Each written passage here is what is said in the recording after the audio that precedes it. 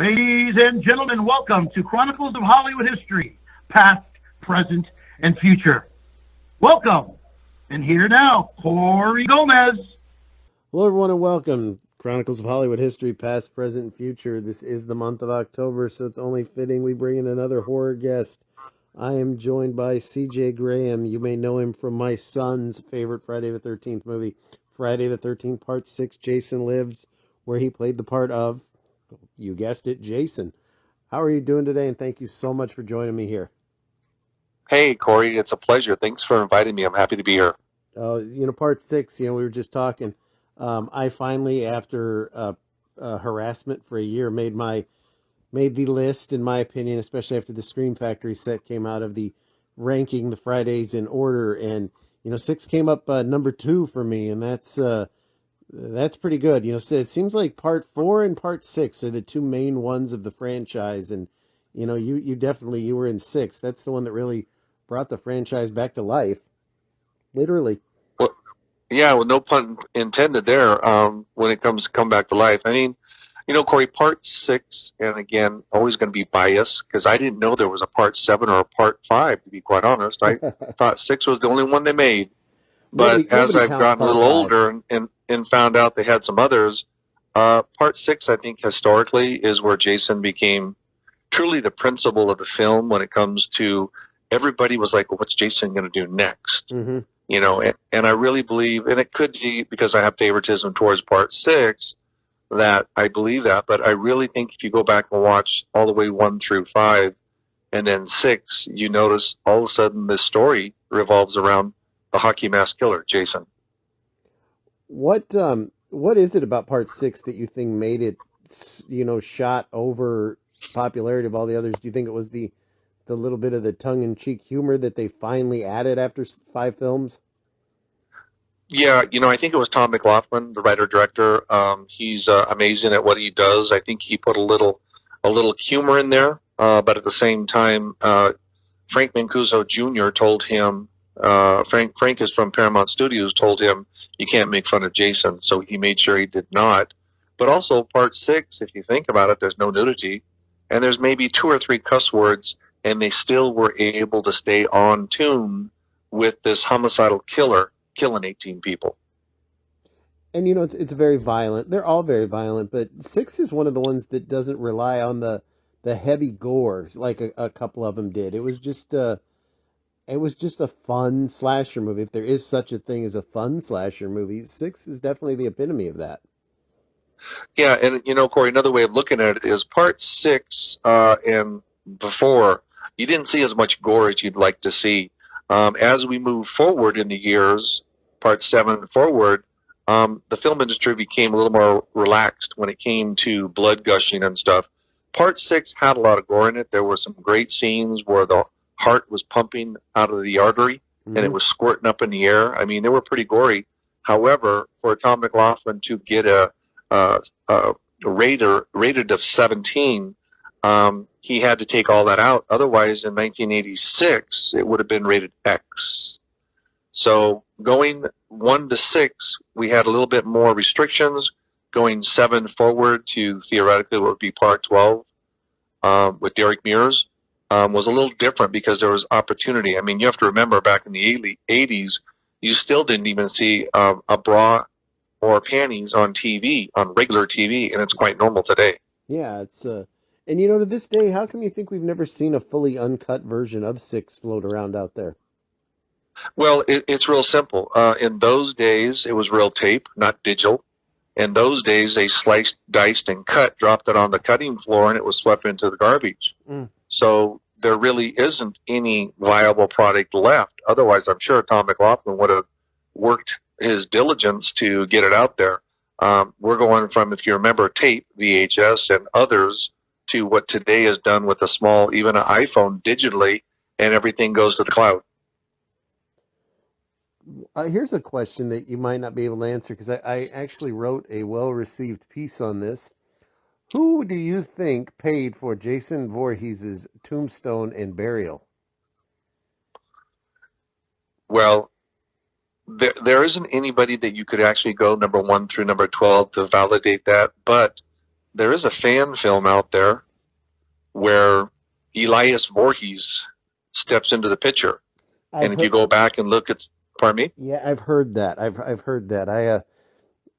I was always just curious, like, they had to bury the body. There had to be funeral services. Who was going to pay for this maniac? Well, that's just it. At the end of Vengeance, Elias Voorhees pays the grave caretaker for placing the two bodies together in the graveyard.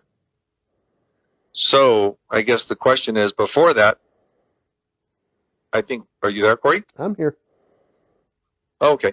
I think before that, Corey, I think what happened is it was done by the state, probably the city, the government, the community just wanted to get it behind them. But I don't think anybody's ever actually proven, obviously, that he's in the grave. Part 6, don't forget, he comes back to life with electricity. Yeah, I always thought that was a nice Frankenstein nod there in the beginning when Tommy Jarvis and Ron Palillo, the late Ron Palillo, how the guy goes there. The irony, the guy's going to go there to torch the body, and he inadvertently brings you back to life. Right. And when you think about that, Part 6, and Tom McLaughlin and myself were Universal horror fans, so the Frankenstein seemed like the right path for Tom McLaughlin to take. But if you look at Part 6, Corey, Part 6 is the only one that has opening like a James Bond movie. Yeah. Part 6 is the only one that comes back to life like Frankenstein. Part 6 is the only one that has a Rock and Roll Hall of Famer Alice Cooper doing the music. And Part 6 is the only one where Jason wears a Batman utility belt. So now you know why it's my favorite. Now, is it true, and I've read this over the years, there was supposed to be a scene where Jason actually has an Uzi and he takes out some people? No, I mean, I've never heard that one, and I've been around Tom McLaughlin for 35 years. He's said a couple things during panels, during conventions, but not that one. The only one that was ever really said was the secondary ending that he was looking at putting in, which included Elias Voorhees, Jason's father. Now, this story I haven't heard. How would that have entailed? Well, I don't know. He has never come clean on what it was. Very similar to what they did in the fan film Vengeance. They basically had Elias Voorhees have his son's body, Jason, put into a gravestone, and there's just an ending with a comment, something to the effect that there's nothing in the body, right? There's nothing in there. It's just an empty coffin, and they leave you hanging with Jason's father standing there and acknowledging the coffin is empty. Is Jason? You think he would? He's a very misunderstood man, as my son has pointed out, that he never went looking for trouble. These people kept coming to his camp, having sex and such, and he just wanted them out of there. He never was going into places looking for people. They kept coming to him. He's a very misunderstood man. Well, I think today they would call that bipolar, or they'd have some psychiatrist give a name for it. I think back then he was just a little vengeful. I think he was just looking for his vengeance to get back at why he allegedly drowned in the lake, Mm-hmm. He might have had a little bit of a bad attitude. Did you see, and this is one a lot of people make fun of it. It holds a soft spot for me. Did you see Friday the 13th Part 9, Jason Goes to Hell? Yes. What did you think of the fact that they had him jumping bodies in that film?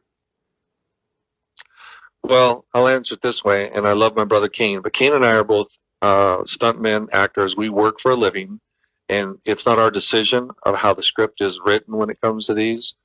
So like I've told people, and people have asked me in the last couple of years, would I entertain doing it again? I'm the same size, 6'3", 250. Mm-hmm. However, I'd really look at the script before I jumped into it because I don't want to go to space, number one. And I do not want to do a bad job because I'm older, even though physically I'm the same structural size. If I can't step in and do a job as good as I did in Part 6 or better, I'd have to pass. And one of those things would be taking a look at the script to say, well, yes, I'm going to wear a hockey mask, and yes, I'm not Tom Cruise, but I don't want to diminish what I think we did as a good job in Part 6 with quote-unquote Part 13, Mm-hmm. which would be the next in the series. Now, I didn't hate Goes to Space. I thought it was hokey. I thought it was campy. I didn't hate it, but I don't think it needed to be done because then you really kind of paint yourself into the corner when you have an ending. When you've jumped the movie so far into the future, why not just make another? Just what the beauty of Friday the 13th to me was always the formula stayed the same. You go to the camp, here's the killer. Halloween tried to do 75 different things, and it just became a mess. Right. And I think, to be fair, I'm not a big fan of a quote unquote Alien versus Predator. I mean, I'm happy everybody worked on those films, but I think Jason or Michael Myers or Leatherface or Freddy Krueger need to carry the film independently as one.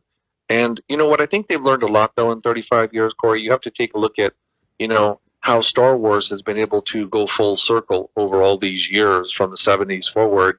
And then you look at Harry Potter, how the story has started with A and is completely went A, B, C, D, E, F, G. They actually were proactive in thinking down the road. I don't think Jason Friday the 13th was set up that way originally. I think it was just what it was, a low budget slasher film that became iconic, and I think it caught everybody off guard.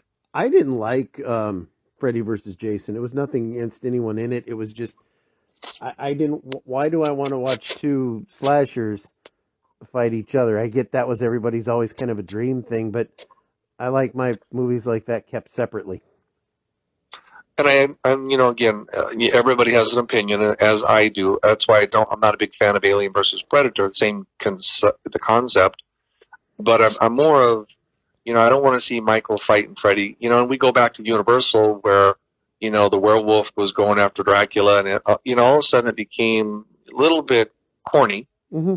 And I don't want to lose that scary slasher mentality of looking at Michael Myers. I want Michael Myers to still be that person on the street. I want Jason to still be the person that owns the campsite. So every time you go to a campsite where you have a cabin you're staying in, I want everybody to think about that door opening and Jason standing there with a machete. I want that to be printed into their minds. And you're getting too diverse and you start diluting the horror concept, the slasher concept. I think it kind of gets, like you said, hokey. What were your memories of working with Jennifer Cook in Part 6? She was beautiful lady. She was hot off of the big run on V, Friday the 13th, 6. Then she just kind of vanished. I had, good times with her. I've got some great, back in those days, there were 110 cameras of everybody. I see Tom Matthews on a regular basis. In fact, I saw Tom Matthews 2 weeks ago at a convention. So I have not seen her at a convention. Now, to be fair, I retired 3 years ago from running casino resorts.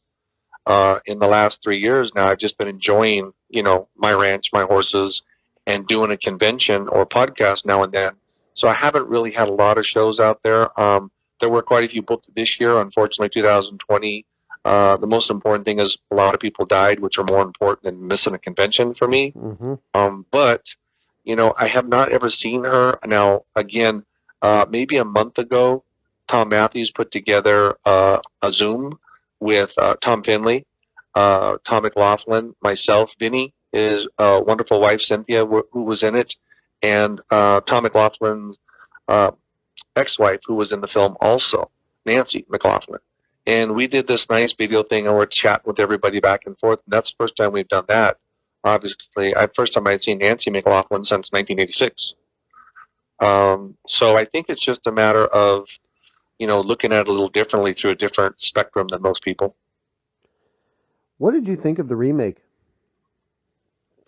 I think Derek did a great job. Derek Mears played Jason. I believe he was slotted to do 2, if memory serves me right. And I understand the second one kind of dropped because there was some legal challenges that are still going on at this time. Mm-hmm. But Derek, I've met him, great guy. I mean, he's 6'3", 235 maybe. He's got like a 24 waist, he's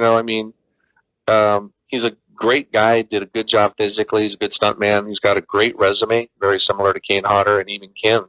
They have these long, beautiful resumes of stuff they've done, not just as an actor, but as a stuntman. So I enjoyed it. I mean, again, I'm not a big tongue-in-cheek when it comes to all the nudity. It's not a necessity to make a horror film best as it could be. I think it's fun, but at the same time, I think there's limitations on, am I going to watch girls run around butt ass naked, or am I going to watch sexy stuff and people being murdered? So you start going too far down that path, it can get a little tongue cheeky, and we kind of lose focus on the homicidal killer, Jason. Yeah, I mean, not to switch from Jason to Michael Myers, but Halloween's considered, one of the greatest ever. There's, I think, one boob shot for a second, and truthfully, there's zero blood. From what I remember, it's but 3 people maybe die in it. So yeah, films don't have to nowadays. Unfortunately, they do kind of rely very heavily on it. Well, and I think that's not, like I said, it's not right, wrong, or indifferent, so to speak. But I think overall, when Derek, again, he's a professional. He knows what he has to do and take care of business. And there were some scenes that might be a little risky, and if they're necessary, I guess. But, if I have to rely on that as the Jason character, and we might have went a little bit too far to the left. So it is hard, but you got to get mainstream. And Corey, I hope that when they finally come out with the next, whatever it is, Friday the 13th, Part 13, I hope they do it right. And I'm hoping that they've seen enough of this over the years now to put 2 or 3 in the can, completely shot, ready to go, with the same body of Jason and different writers, but connectivity. So Part 13 would have connectivity to Part 14 to Part 15. So that the series flows rather than being a bumpy ride. Why do you think they went with the remake and not just Part 11 or Part 12 if you count the Freddy Jason?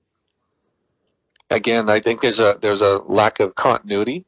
I'm an independent looking inside. You have to remember, I was chief operating officer, general manager of 2 casino resorts. So I look at things through a business pair of eyes. Functionality, and always remember, Corey, it's easy to be an armchair quarterback. Oh, you should have went to the left. Uh-huh. So you and I sit here as armchair quarterbacks. We weren't involved in the dialogue or what the direction was at that moment, and not knowing all our facts, we can just make hypotheticals. I don't know if they were directionally thinking, or they were just thinking of throwing another one out there for an income purpose. Hey, but again, as I said, if they can get 13 right, and they can bring it back on the train tracks, and I'm hoping they may think about shooting 2 others while they've got the cast. I'm sure a couple could carry over, and of course you have a Jason physically, and you've already got your production crew. It'd be nice to have another director come in, but they have to connect so that the fans see that connectivity of 13 now bringing everything back mainstream, and then 14 having some connection to Part 13.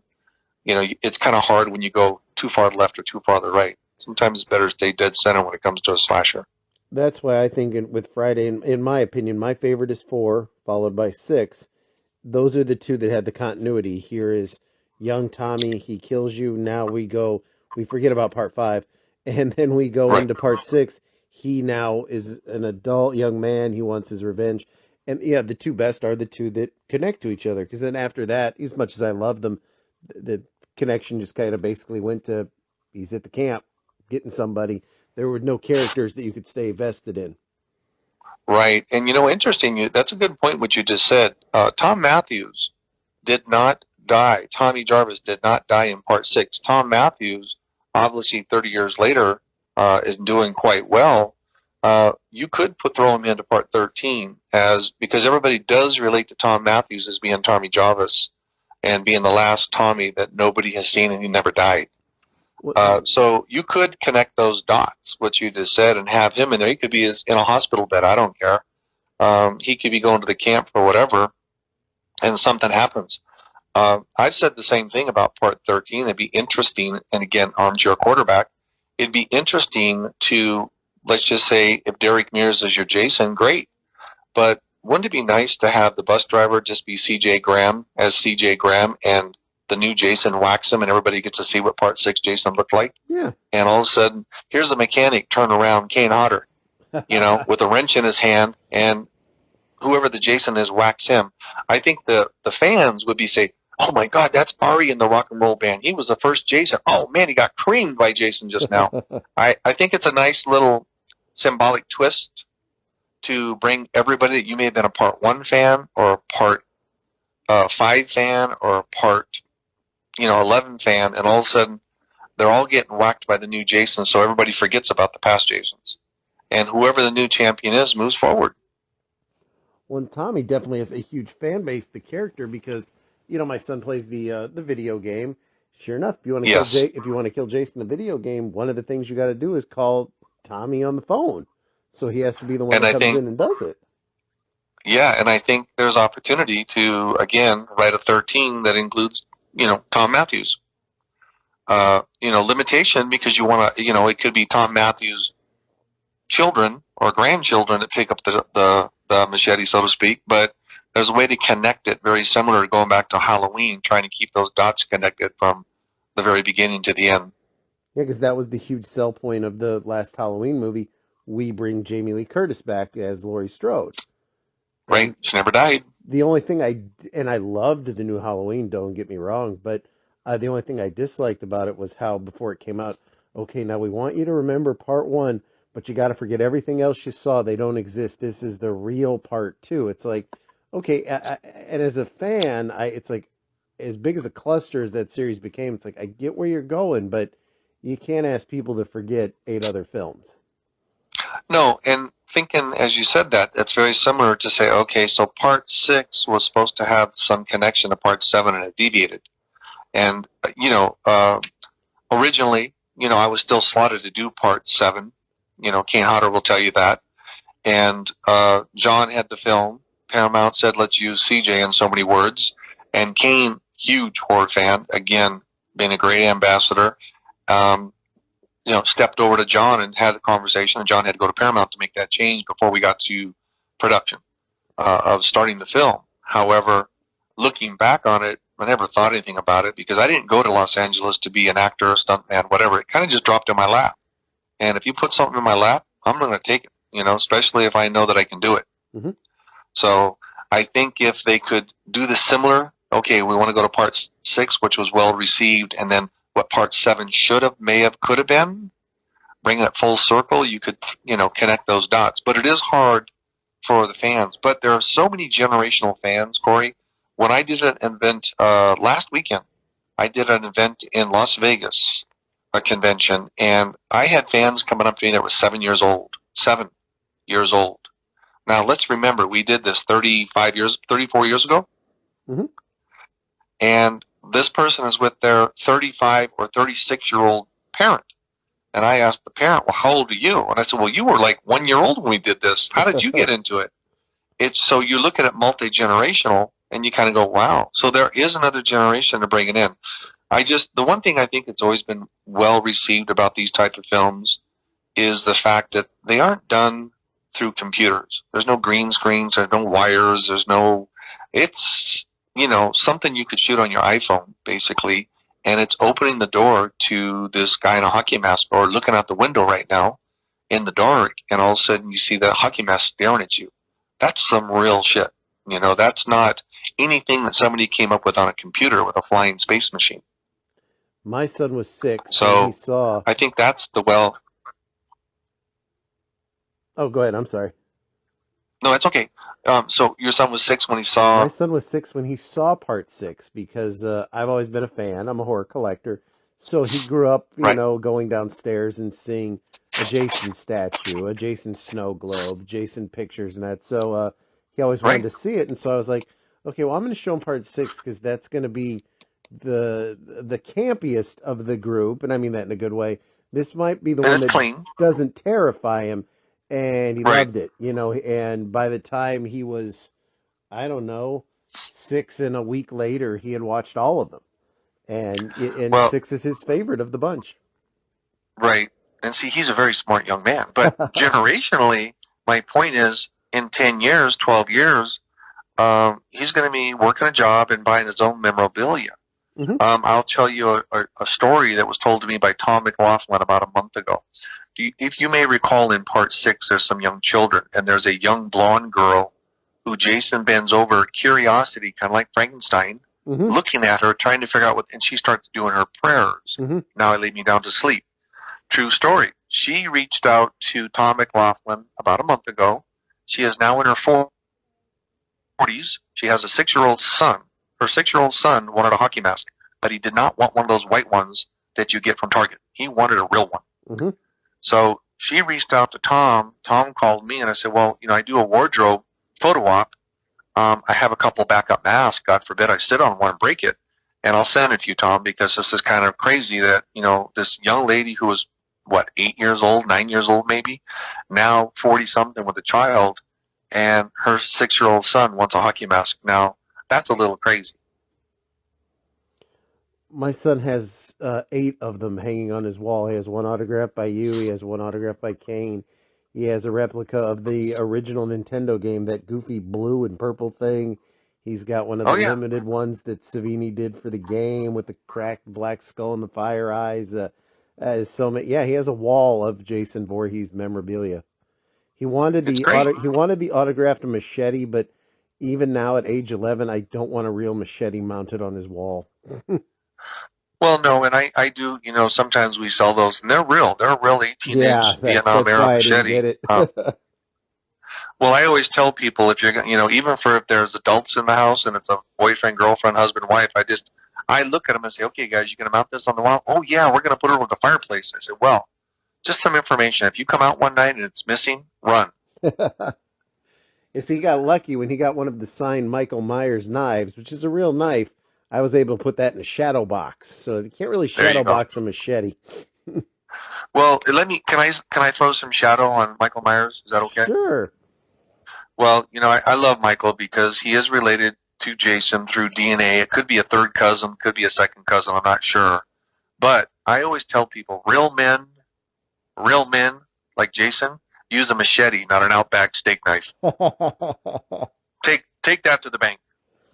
Well, plus the hockey mask is it's just so much cooler. There's a Tom Savini and another gentleman, I can't think of his name, actually make for the pandemic COVID masks that have a piece of hockey mask like Jason mounted over it. Right. I've always thought about getting one, but my God, that would be hard to breathe in with a regular medical grade mask and a big hunk of hockey mask over it. Yeah, it is. Take my advice. It's hard to breathe in it when it's just the little holes and there's nothing behind it. But if you put a piece of material behind it, it's going to be harder. The interesting thing when you say that about the hockey mask is, everybody has done such an amazing job that the hockey mask has become iconic, Corey. Oh, yeah. And I'll say, here's how I put it. It's real, and I tell people this about that. There's about, give or take, 1.3, 1.4 billion people in India. If I go over there right now and show them a picture of Tom Cruise, Tom Cruise, okay. If I show them a picture of C.J. Graham, they'll shrug their shoulders. But if I show them a picture of the Jason hockey mask, Friday the 13th, Jason. Yep.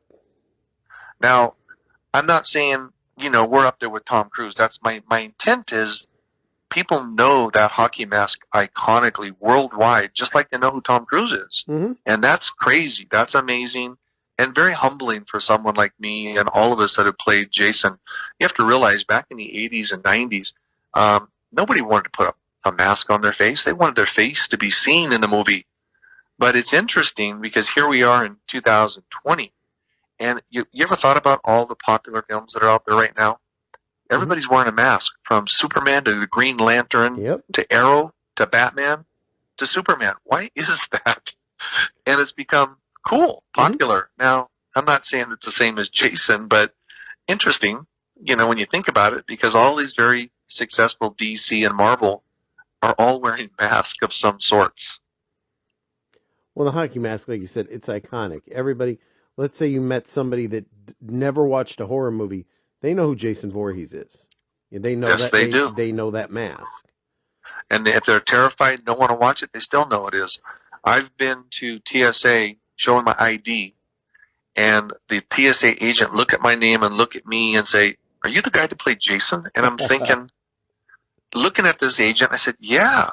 He goes, "Oh my God." He goes, "I'm a fan, blah, blah, blah." I said, "Well, do you know who Derek Mears is, who did the last one?" And you have to realize this was 8-9 years ago. Mm-hmm. He goes, "Yeah." I go, "You see that guy back there, that bald guy? That's him. That's Derek Mears. Derek, come to the front of the line. Come here, Derek."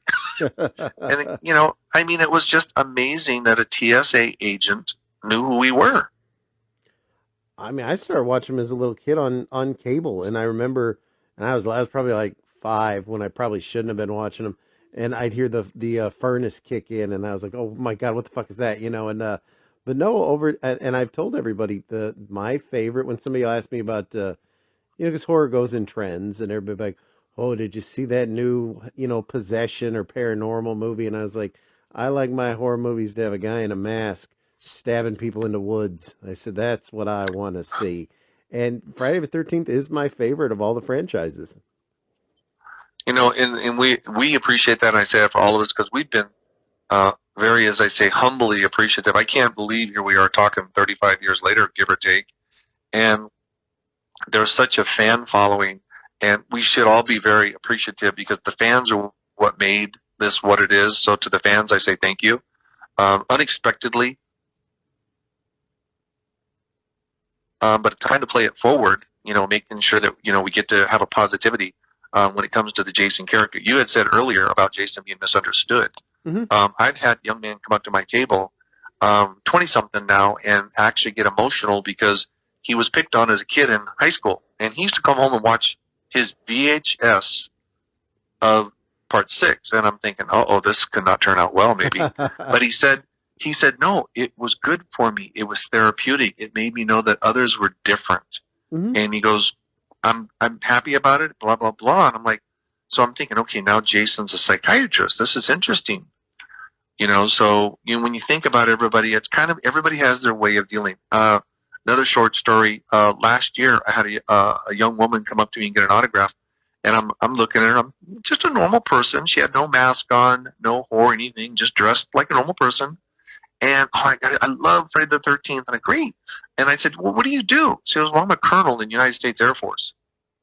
And I'm thinking, okay, so you're a colonel. Where are you going to put this? Oh, my desk in my office. I'm thinking, so I'm an airman. I'm a lieutenant, whatever, coming in to have a meeting with my colonel.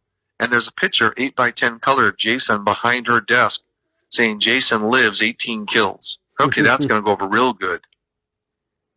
And now the beauty of it now is it is a different time because, when I was a young man real young in the 80s, horror fans were, I never want to go as far as outcasts like they're portrayed in the films, but we were a different lot of people. You were looked at differently. And now, it's horror fans are like a family. There's, like Kelly Maroney said it, I have to steal a line from her. There's not a comedy convention. There's not a drama convention, a Hallmark convention. There's horror conventions, and everybody, for the most part, are the nicest, most respectful people that truly appreciate everything you guys did. And I think it's true because all the Comic Cons and everything we put together now, it used to be just 20 years ago, give or take, it was just horror conventions, a few here and there. Over the years, Comic Con has been there for a couple of decades, of course, in San Diego. However, when you start looking at the growth of small Comic Cons, be it the Alabama Comic Con or, Frightmare or Texas Frightmare or Monster Mania, Days of the Dead, they're everywhere now. And the interesting thing is when you go to them, it's such a wide variety, a genre of people. Like I said, this is a person fully dressed nice, like she's going to have a drink at a local bar at 5 o'clock. And then right next to her is somebody wearing a Michael Myers mask. Or over there is somebody dressed as Anna May. Or there's somebody over there dragging a leg as they walk because they're Days of the Dead. And every single one of them is having a good time. Doesn't matter, purple, green, or blue. They all are just having a wonderful time at an event that's very, the way I look at it is everybody's getting along. I've never had a disrespectful fan come up to me. I've never had anybody walking by that was drunk or engaged with negativity. It's really enjoyable. Everybody's there to have a good time and live part of their fantasy, or like you and I, being fans of horror, they've all just started to embrace it. It's something they actually talk about at the printer, at the bank now, while they're making copies. Mm-hmm. Oh yeah, Jason, did you see the new Halloween? Yeah. And I it's become mainstream. Like when we went to the new Halloween on opening night, I'd say it was 40% kids. And when I say kids, I mean, under 13, kids with their, grown parents. Like now it's your chance to experience this in the theaters. And I have a feeling whenever the legal stuff gets settled with Friday the 13th, that's what we're going to see again. It's going to be a hard R-rated family movie. And it is. And again, I go back to, there's nothing that's fantasy. There's nothing that is computerized. There's no green screens. You're not jumping out of an airplane at 10,000 feet, bouncing off the ground and doing a somersault and standing up and battling. There's some originality to it. It's realistically feasible. That now that Jason, in theory, has come back to life in part 6, like Frankenstein, you can piecemeal him back together, as long as you have the brain. Isn't that what they say about Frankenstein? That's exactly what they say.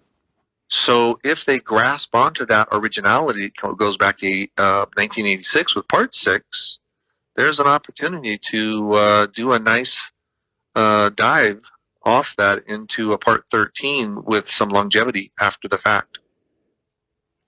Well, for all the people listening, are you online? Do you have a website, a Twitter, anything like that where people can follow you?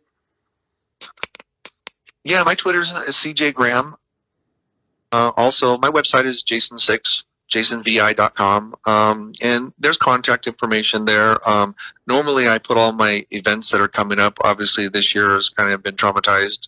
But we're looking forward to 2021, two things, finding something for the virus so we can get back to what will be new norm, because it'll never be the same, but at the same time get a chance to do some conventions. Yeah. A lot of them were canceled this year and migrated into next year.